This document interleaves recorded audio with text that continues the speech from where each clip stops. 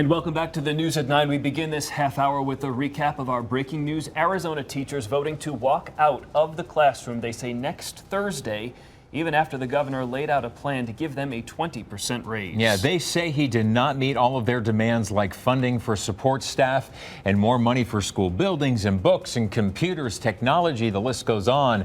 More than 57,000 votes were cast and counted. 78% said yes to walking out. So nearly 8 out of 10 teachers in Arizona voting to walk out of the classrooms next week, as Arizona teachers again voted to leave their classrooms 1 week from today, next Thursday. Many decided, well, a while ago that they had simply had enough. Arizona has lost about 10,000 teachers over the last 6 years. Take a look. This is information from the Bureau of Labor Statistics. Back in 2011, there were just under 150,000 teachers in our state. Last year, 2017, that number dropped to less than 140,000 teachers. All month, of course, we've been taking a closer look at our schools in crisis. Yeah, tonight Nicole Crites looks into the exodus from the classroom and what, if anything, can be done to stop it. We've all heard the stories of teachers working 2, 3, 4 jobs, moonlighting to make ends meet. Well, I caught up with some teachers who say they can't wait anymore for things to get better in Arizona. Good teachers are leaving our state for better pay, leaving the country, leaving the profession. Oh, and here comes Jess. Justin, come say hi. Janine Franson is a second-generation teacher. I knew I wanted to be a teacher. 17 years in, she's loving it, but leaving I it. said I would never be one of those teachers who becomes bitter. I love my students too much for that. When I entered teaching, we had a pay scale that actually compensated us for education and years of experience. Now there are critical shortages, bigger classes, and far more responsibilities. Teachers forced to double as counselors and possibly now armed security guards. This teacher and recruitment and retention crisis is really coming to, I think, a boil in Arizona. We frankly have thousands of vacancies across the state. And I love what I do. It breaks my heart. She's sad to admit she steered her son away from following in her footsteps. It's hard that to think as a mom that I wasn't wanting to encourage my son to go into my family's profession.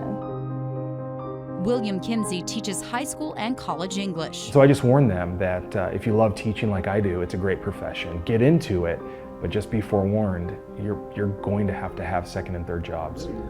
Housing. He and his wife Allison both teach at the same place they went to high school. It's become almost impossible to do our jobs well. They made up their mind long before the Red for Ed rallies to follow the money and found a place that will give them a $20,000 raise each with lots of perks. We're going to Indonesia. They signed a 2-year contract that includes free rent, utilities, health insurance, and a flight home every year, and half the number of classes and students. Do you want teaching heaven? Because here it is. That's kind of what it sounded like to us. We're like, is this real life? And legislative leadership. So 111. That's right, 110 and 11. Molly Bly can't count on state leaders to fix this.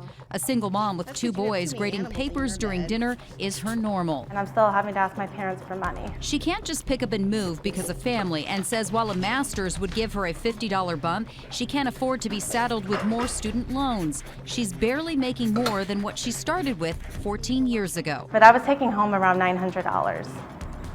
And now I take home $1,179. You know that pretty specifically. I know that because I pray for that every 2 weeks. I need that in there. Matt and Dana Laskin both have masters and agree they're not compensated as professionals. We come really early, we stay late, we take things home. Our date nights are us grading on the couch together. She's from Oklahoma and understands why those teachers didn't immediately put down the picket signs when they got a $6,000 raise. And you could pay the teachers in Arizona more, but that's not going to make necessarily the teaching conditions better. What's the biggest thing that's pulling teachers out of the classroom? Being far behind is a real challenge. Christine Thompson with Expect More Arizona says it's not just teacher pay or class size and funding or shortages. It's all of the above. Even if we solved all the issues tomorrow, we're still going to feel the effects of this for some years. This snapshot of border state salaries averaging $3,700 to $24,000 more really puts things in perspective. And I've been listening and we've been working. Governor Ducey's plan to give teachers a 9% raise now, with 20% by 2020 and $371 million to restore education cuts, might not be enough to stop the exodus. This hasn't changed anything. Janine says the damage is done. At least 4 teachers are still leaving her school at the end of the year. Believe it or not, I make more money babysitting than I do just in a day of work here. Second-year third-grade teacher Addie Olson is moving to Seattle. I was told that I'd probably be starting at 51, which is about 15 more than what I'm making right now. This is a crisis situation. We need to fix our schools. Janine says she'd come back if things turn around and hopes we find a way to keep the passion in the classroom for future generations.